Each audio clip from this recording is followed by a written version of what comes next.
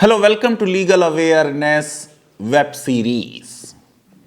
कर्नाटका के एक छोटे से शहर में एक स्कूल में जो कंट्रोवर्सी हुई, एक लोकल मुद्दा था। स्कूल एडमिनिस्ट्रेशन का एक व्यू था, स्टूडेंट्स उसके खिलाफ थे। उस मसले को लोकल ही रहने दिया जाता तो बेहतर था। पॉलिटिक्स हुई, सियासत हुई और सियासत हो रही है। कुछ बात सियासत की, लेकिन ज्यादातर बात हम लीगल अवेयरनेस वेब सीरीज में लॉ की करते हैं, इसलिए लॉ की करेंगे। सबसे पहले यह समझ लें कि अमेरिका और यूरोप की तरह हम एक वॉल ऑफ सेपरेशन मजहब और स्टेट के बीच खड़ी करने में नाकामयाब रहे। और उसकी वजह यह थी, जैसे सर हरकोट बटलर ने कहा, while Europeans are essentially secular, Indians are essentially religious. हम सब बहुत ज्यादा धार्मिक हैं।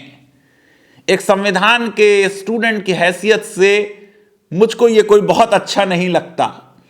मैं तो यह चाहूंगा कि धर्म जो है वो पब्लिक स्क्वायर से डिसअपीयर करे और प्राइवेट स्क्वायर में और लोगों की प्राइवेट लाइफ में रहे।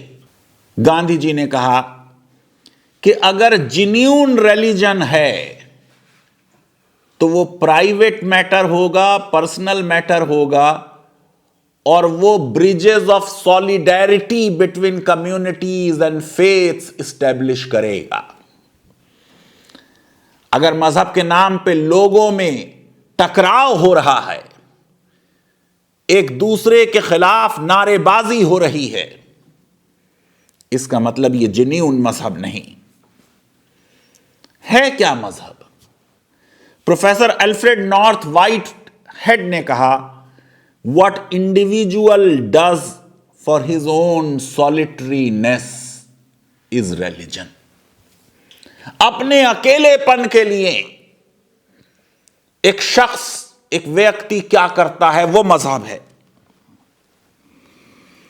अमेरिका की सुप्रीम कोर्ट का फैसला जस्टिस ब्लैक का एंजल के केस में 1962 के, religion is too personal, too sacred, too holy to permit unhallowed perversion by a civil magistrate. हमारी अपनी सुप्रीम कोर्ट कह चुकी है बार बार। Gandhi versus state of Bombay का जजमेंट है 1954 का।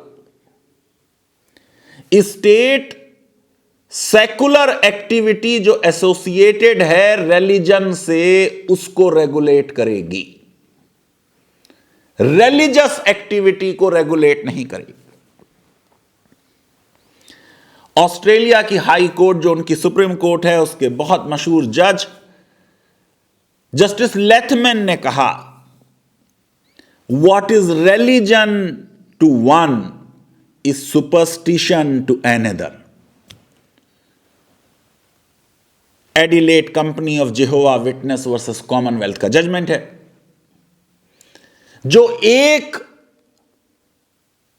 उसको मजहब समझता है, दूसरा उसको सुपरस्टिशन समझता है। यह वो चैलेंज है जिस चैलेंज के तहत अदालत को मजहबी फ्रीडम के मसलों को लीगली देखना पड़ता है।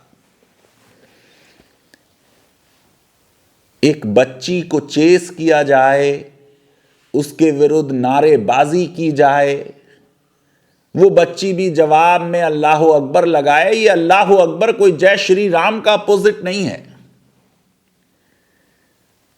स्टूडेंट्स आपस में प्यार और मोहब्बत से एक साथ बैठें, महफिलें करें, फिल्में देखें, नाचें, गाएं और पढ़ें, ये हम चाहते हैं। क्लासरूम डिवाइड हो जाएं, इससे ज्यादा कोई अफसोस की बात नहीं हो सकती। अक्सर मॉन्स्टर आपके हाथों से निकल जाता है। ये गुंडागर्दी, क्रूरता, ये इतनी बुरी है ये देश के इतने विरुद्ध है कि इसको कंडोन नहीं किया जा सकता।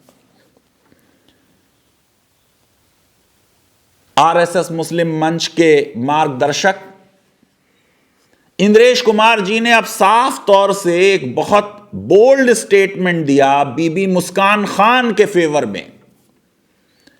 उसको देश की बेटी और बहन कहा और यह कहा कि ये जो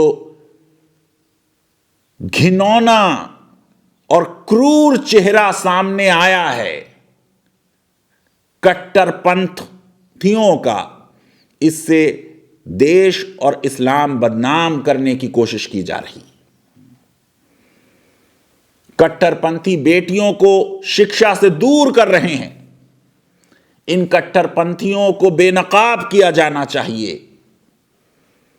ये कट्टरपंथी समाज में सद्भाव और फ्रेटर्निटी जो प्रीएम्बल में हमारा आदर्श है,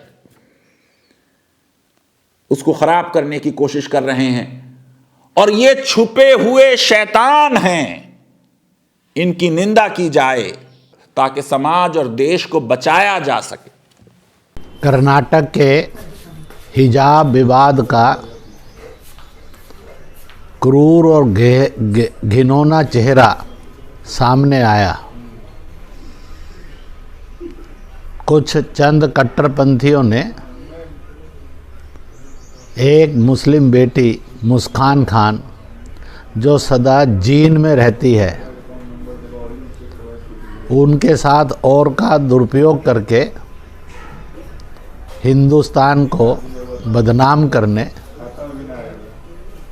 और इस्लाम को दागदार बनाने का धंधा किया। मैं समझता हूं कि आरएसएस के मुस्लिम विंग की तरफ से, इतने सीनियर फंक्शनरी की तरफ से इस तरीके का स्टेटमेंट बहुत इनकरेजिंग है। काश इसका कामिंग इफेक्ट हो, काश लोग इस पे यकीन करें और बच्चे पढ़ाई की तरफ लौटें।